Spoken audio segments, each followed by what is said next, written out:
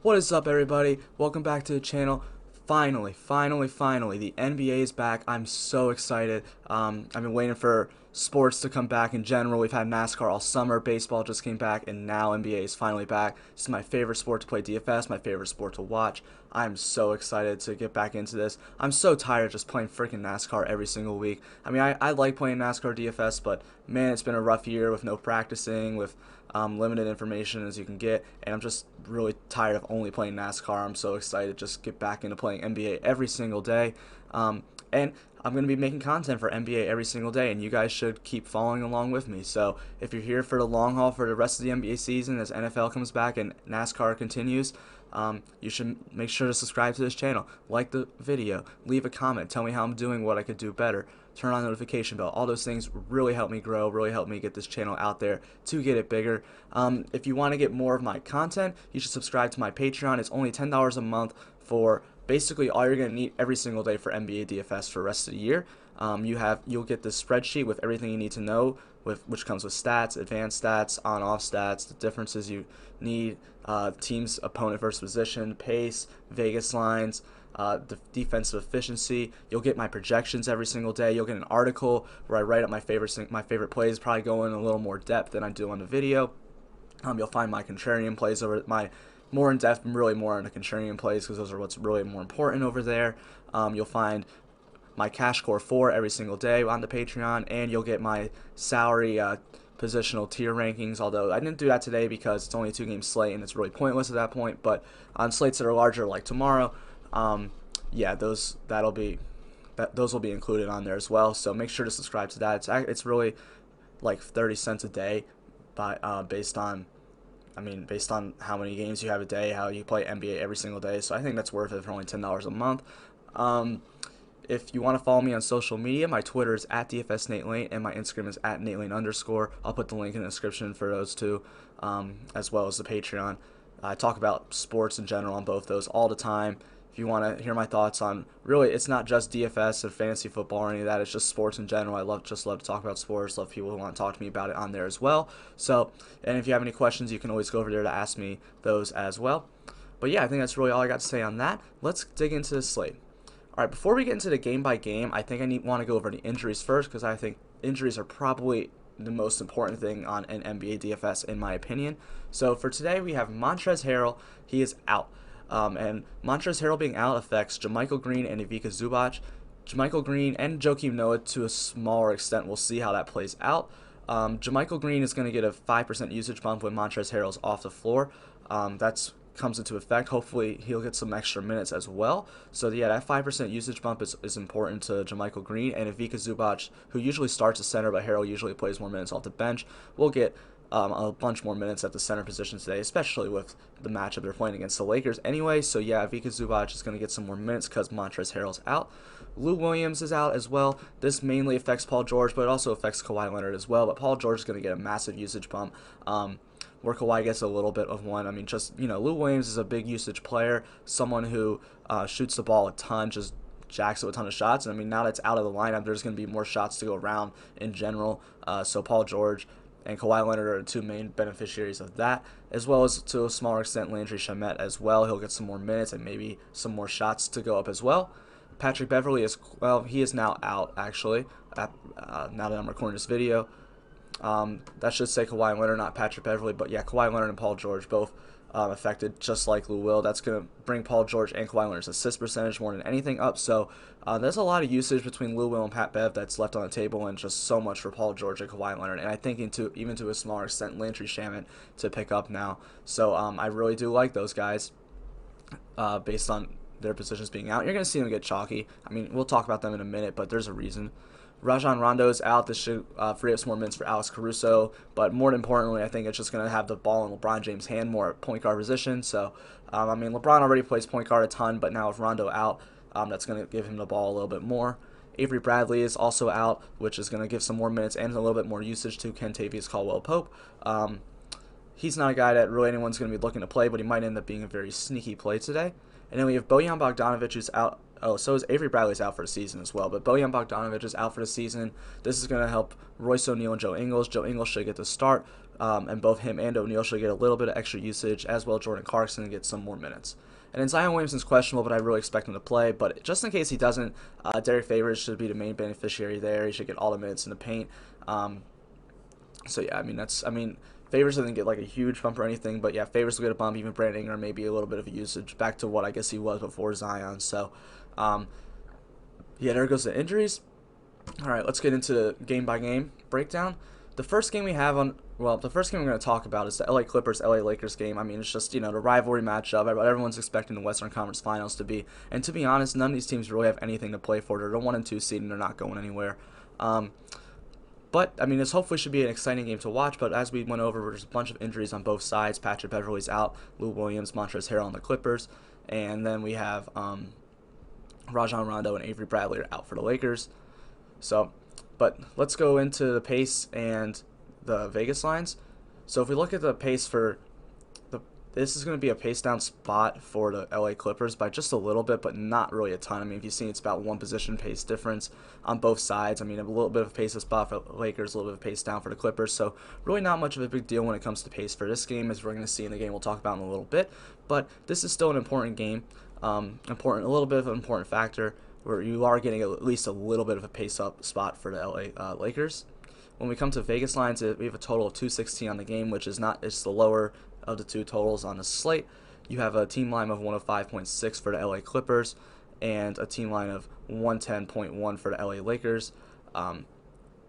That is both lower than both normal average scores. You just have two good defensive teams playing against each other today, so it's going to be more than likely lower scoring than usual, so that's going to affect the projections a little bit, but it still isn't like too drastic where it makes me think like it's not like they're playing the Orlando Magic where it just is going to slow down everything. You're probably going to score but not nowhere close to as many points as usual, but it is still small differences.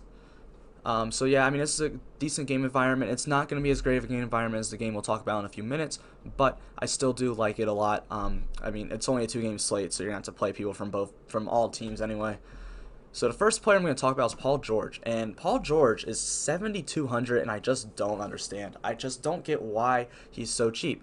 Paul George, yeah, he's had a little bit of a rough season in LA. But it's all because of injury. It's not like he's been bad. I guess he's been kind of bad, but it's been because he's been banged up all year, and now we had quarantine. He's healthy. 4 months ago, we played basketball, and he's a healthy Paul George now. I expect him to play at least 33 minutes. He was at most times the guy who was having more minutes than anyone on the team. I expect him to play more than Kawhi Leonard. 35 may even be too much for Kawhi Leonard, but 37 for Paul George, especially with Lou Will and Pat Bev off the court, it doesn't feel like too much unless this. I'm going to play light on this slate today because no one really knows what rotations are going to look like and how hard these teams are going to go.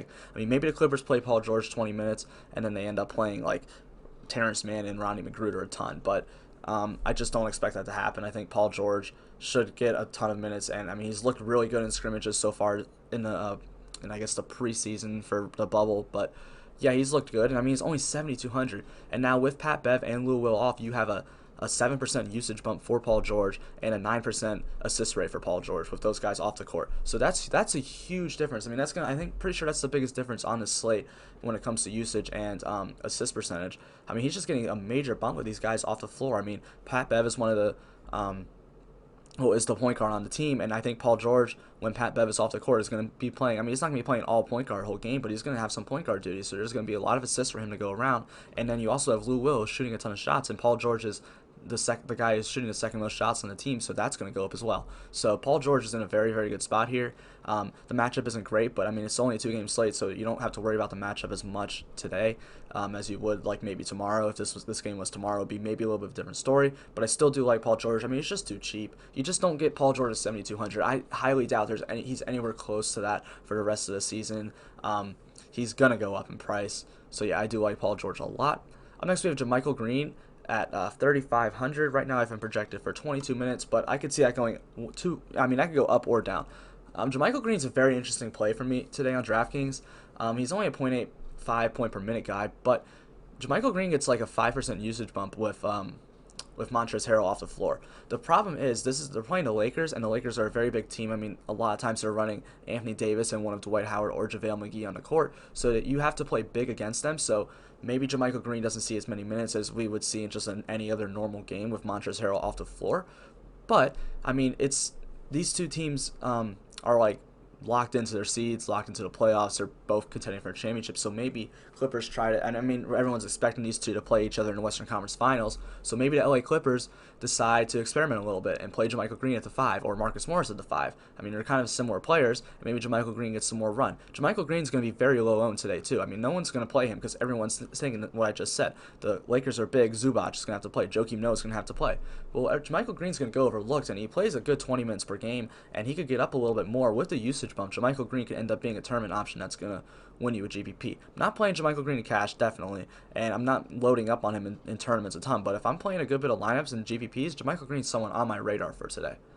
Up next, we have Reggie Jackson, who I think will probably be the chalkiest play in the slate by the end of the day. I mean, right now, ownership doesn't have him as one of the top. It doesn't have him as like the most chalky play, but I think he will be. I mean, he's 4,600, and Pat Bev's out and Lou Will's out, so Reggie Jackson should probably get the start here at point guard. Right now, I do only have him projected for 26 minutes, but I'm sure I'm going to adjust that a little bit, at least to get him up to like 30. He's going to be so chalky. I mean, everyone's going to play him. You just have a starter coming in at 4,600 who's going to play 30-plus minutes. I don't think he's like an absolute smash play, but I mean, he's safe. He's great for cash. But there's definitely paths where I could see Reggie Jackson maybe not being fantastic. But yeah, he's going to play a lot of minutes. He's probably going to play anywhere between 25 and 30 minutes, maybe even getting up to like 33 or something. But he's a good player, 24.5 usage rate and 28.7 assist percent on Reggie Jackson. So, you know, that upside's there, but I just think if he gets so chalky, I might lean not towards fading him, but to being under the field in GPPs, just because I know like this isn't like a guaranteed like 40-point game for Reggie Jackson. I mean, he might get like 24, which is fine, but like it's not something I want to win a GPP. Next, I'm going to talk about Kawhi Leonard at 9,200. I mean, it's a two-game slate. It's Kawhi Leonard. You play Kawhi Leonard. I mean, like you have Kawhi, LeBron, and AD, and you can't go wrong with any of those three. I believe Kawhi is the lowest owned at the moment, but they're all going to be highly owned because you just have three like absolute studs on the slate.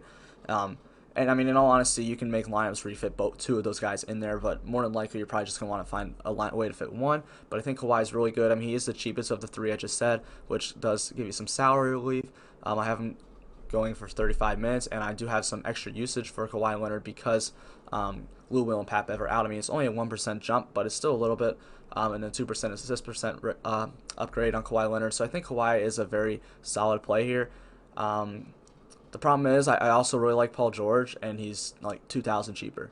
So I don't know how great I feel about playing both of them in lineups together. I mean, yeah, they could both go off, but more than likely it's just going to be one of them that's probably going to really go off and be enough to win you a GPP. But I think Kawhi's fine. I do like him. He's probably out of the three studs. He's probably my second favorite stud on the slate. But yeah, I mean, I think Kawhi's fine. We have seen Kawhi be the kind of player who doesn't always like care in games that are meaningless, and maybe he won't try as hard, and maybe he's gonna get load managed and only play like 20 minutes or 30 minutes and just not try. So there's always that downside to Kawhi Leonard. But just looking at the stats and the numbers and the way the slate's playing out, I think Kawhi's a good play. Next, I'm going to talk about Marcus Morris. I mean, Marcus Morris is fine. He should get 30 minutes on the floor, 4,700. Decent value, not a lot of usage, not a high point per minute guy, but he's fine. I don't think he's going to be highly owned, but he's just not someone I want to go to. Like, if I'm trying to chase after like this narrative that maybe the Clippers try to go small against the Lakers, because I mean that's what the Rockets play, or whatever for whatever reason that the Clippers want to go small against the Lakers, I'd rather just go to JaMychal Green for 1,200 or less, in my opinion. So Marcus Morris isn't really someone that's completely on my radar. Next, we have Joakim Noah.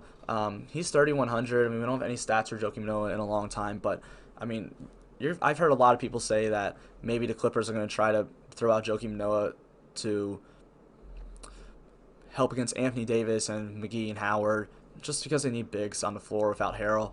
But in all honesty, like Joakim Noah hasn't played in like, I mean, I guess he played a little bit last year, but he's not good anymore. Like he's not that elite defender he used to be. I could see maybe the Clippers just saying screw it, throwing him in there and seeing what he can do, and maybe if he can help him in the playoffs. But I don't think this is the game to do that against. I mean, it's the freaking Lakers. You should do that against when you play the Kings or something like that. So I don't think Joakim Noah is really that great of a play in my opinion. I mean, maybe he ends up playing like 20, 30 minutes and he absolutely smashes. He's a high point per minute guy in his career, but I'm just not too excited about playing Joakim Noah. Now here we go. Here's Landry Shamet, who is my favorite pivot today off chalk. Off chalk, Reggie Jackson. Off chalk, Clarkson, which we'll get into a little bit. But yeah, Landry Shamet's only 3,200, and he should at least play 30 minutes. Like in all the games that Patrick Beverley missed this year, Landry Shamet was on the floor for at least 30 minutes. And now you have Patrick Beverley and Lou Williams off the court. I mean, he should just play a ton of minutes. I mean, he might start. I would not even be surprised to see the Clippers say, we're going to start Landry Shamet and Reggie Jackson's going to come off the bench. Because Landry Shamet, I mean, he's been there for a long time. The Clippers love him. He's actually a really good player. I mean, yeah, he's only 3,200 because he's not a high point per minute guy, but he's a good defender and a great shooter. He's probably the best catch and shooter on the entire team, maybe outside of like Paul George. But yeah, Landry Shamet, I mean, he is very, very solid. He's going to play a ton of minutes. And if I can get 32 minutes out of someone for 3,200, I mean, I want to go there. And I was looking at ownership this morning, and he was low. I mean, he's not very high owned. And I mean, that's a great pivot off of someone who's going to be like 40, 50% owned in Reggie Jackson to someone who could be like 10 to 20% owned in Landry Shamet. So I do like that a lot.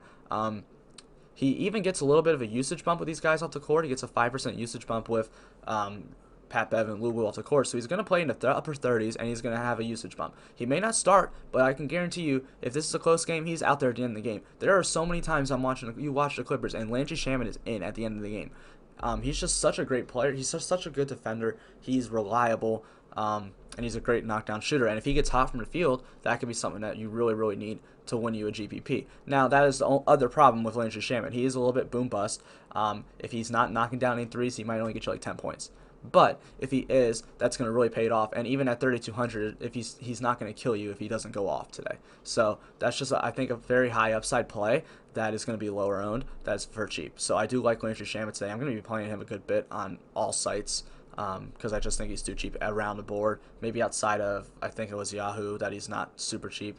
It was one of the sites. He wasn't like ridiculously cheap, and I was like, okay, maybe not. But yeah, I really do like Landry Shamet today. I think he's a very solid play. Ivica Zubac at 4,500. I mean, he should play 25 to 32 minutes today. He's 4,500. I mean, you got Montrezl Harrell out, so that opens up some minutes for Ivica Zubac. But the main thing for Ivica Zubac today is that, I mean, the Lakers are big, and you need bigs to be out there to defend. And yeah, Ivica Zubac is a terrible defender. The Clippers have struggled against bigs all year anyway. But I mean, you just need size out there. I don't think you really want to put, I mean, in my opinion, you don't want to put JaMychal Green and Marcus Morris on Anthony Davis and Dwight Howard.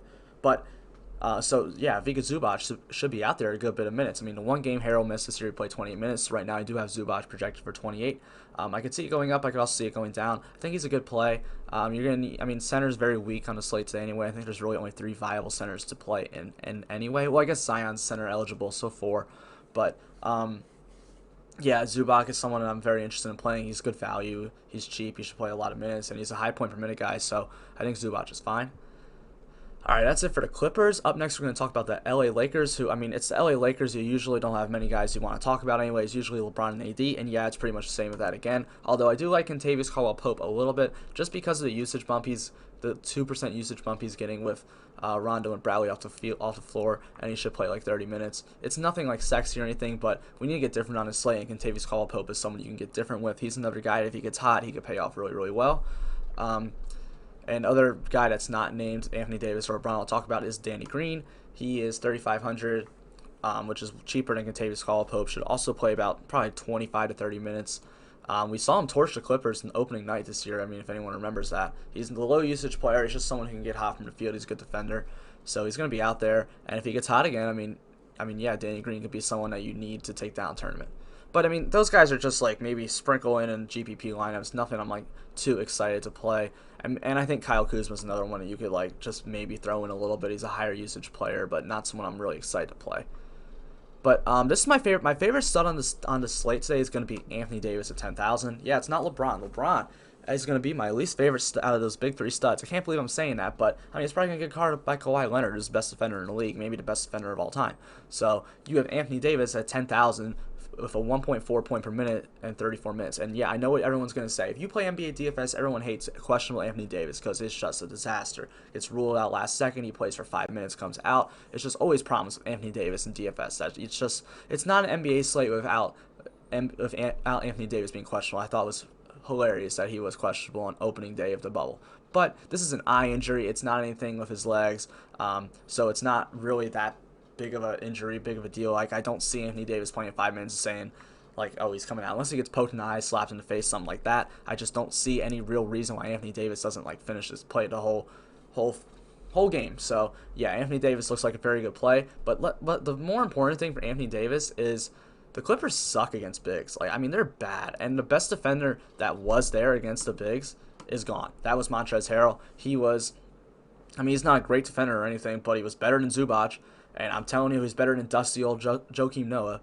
So, yeah, Anthony Davis, he's got such a mismatch. Whoever's guarding him, if it's Marcus Morris, if it's Fika Zubac, I don't care. He should be able to clean up those boards. He should be able to dominate down there. And I think he should be in for the highest scoring out of those big three studs today.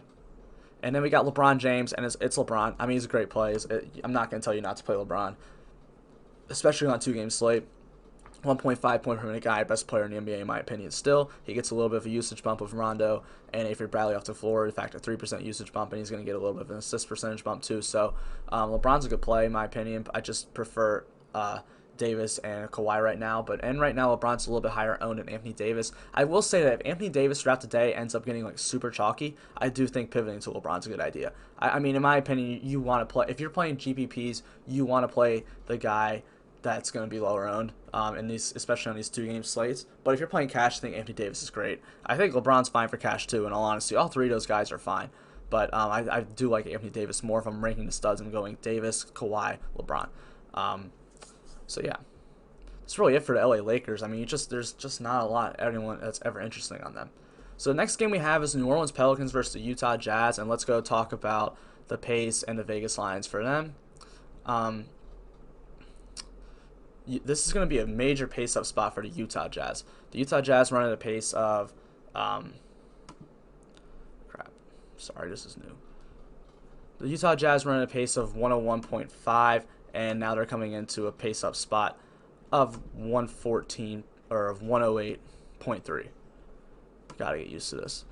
Yeah, so the Utah Jazz get a 7 possession per game pace up here. That's huge. I mean, that's just like a big pace up. If you played NBA DFS all year, we know playing against New Orleans is always a good team to target because they're just not really good on defense and they play really fast. So yeah, Utah looks in a very good position today, and all these guys look like solid options in my opinion.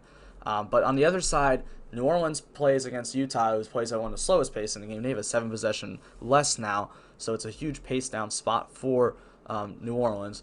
And I think that's also going to keep these guys' ownerships down. If you look at the lines, you have the line is 225 on the slate, which is 7 more points than the average line for the Utah Jazz, but it's 8 less than what the average is for the New Orleans Pelicans. So the line looks good. It's a lot. We're expecting a lot more scoring in the Lakers Clippers game. So this is going to be the game to target, in my opinion, even on both sides, because I think the Pelicans are just going to be so much lower owned outside of Zion. So I think they're all solid. I think all these Jazz players are going to be solid options, but let's go through New Orleans Pelicans first. Lonzo Ball is my first guy I'm interested in, 7,400. I mean, that seems a little bit expensive for Lonzo Ball, but we're going to have to target some guys on this New Orleans team outside Zion. I guarantee you one of these guys is going to be in the winning lineup, just how DFS works.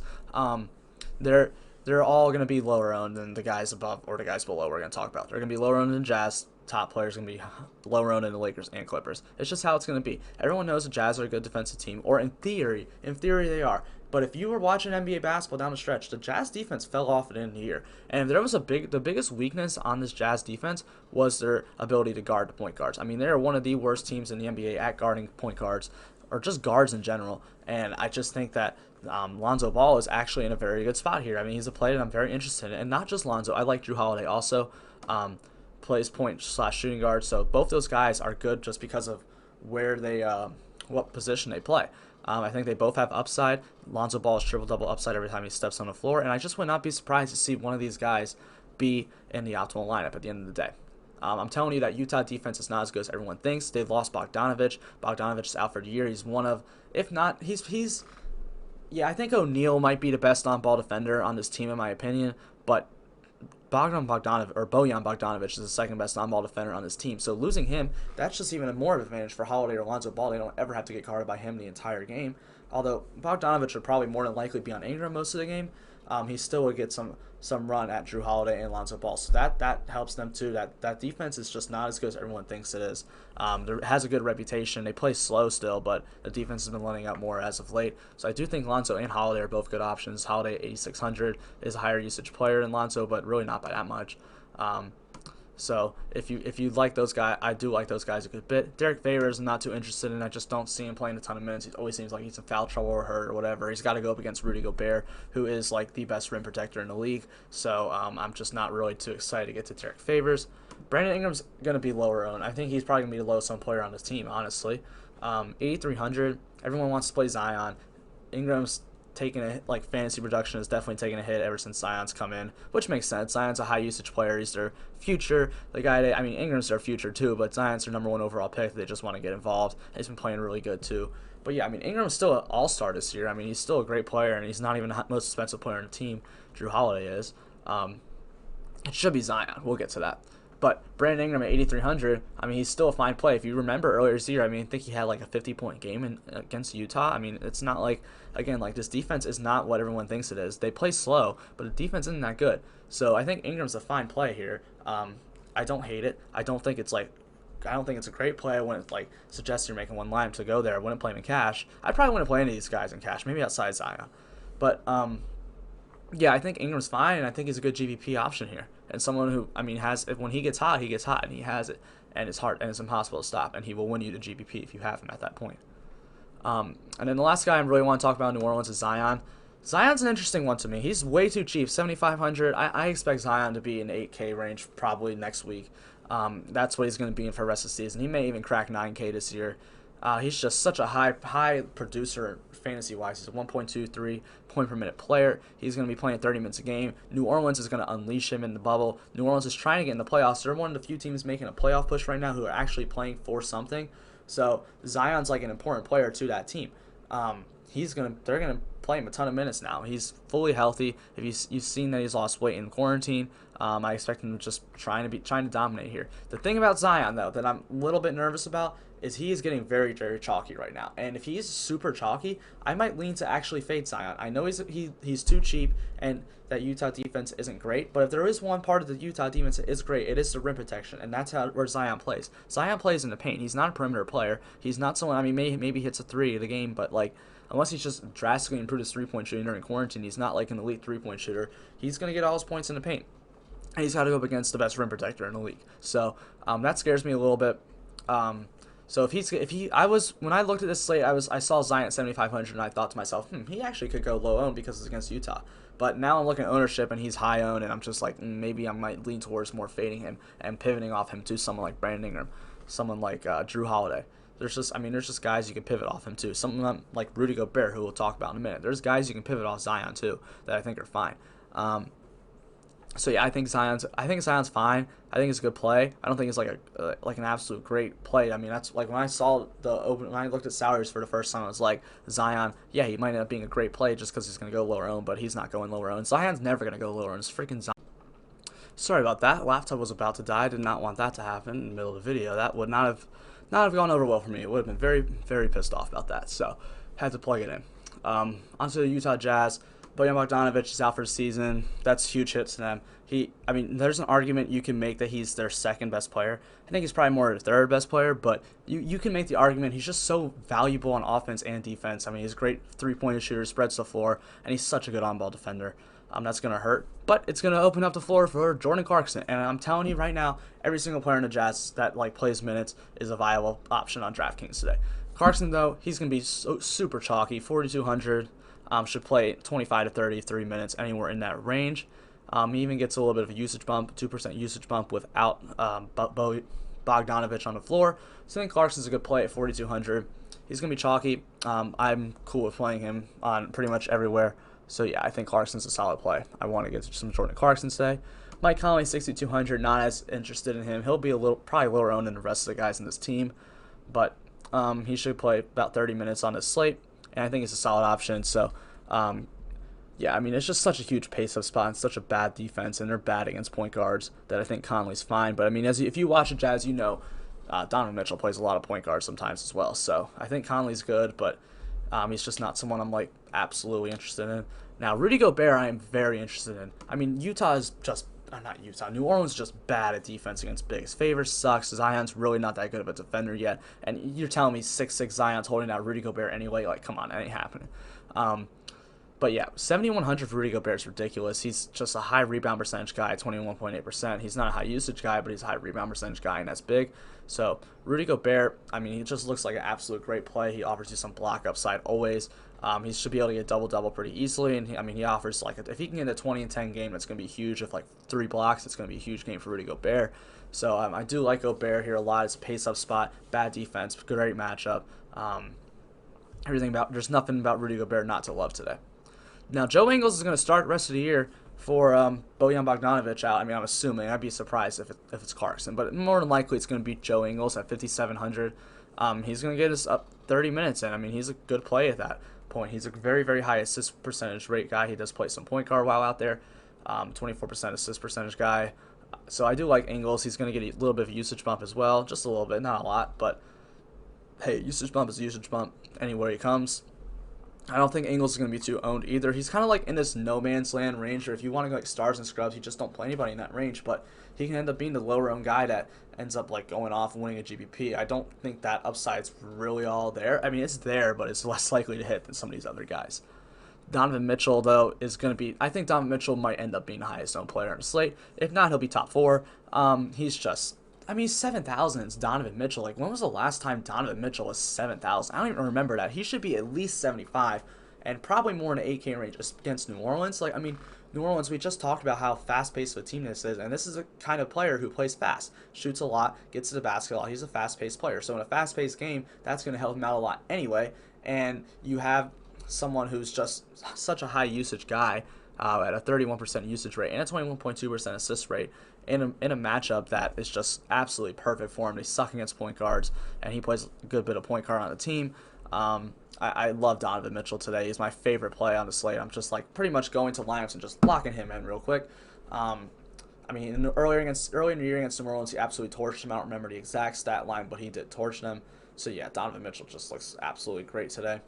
Next, we have Royce O'Neal at 4,900. This is the last guy I'm going to talk about.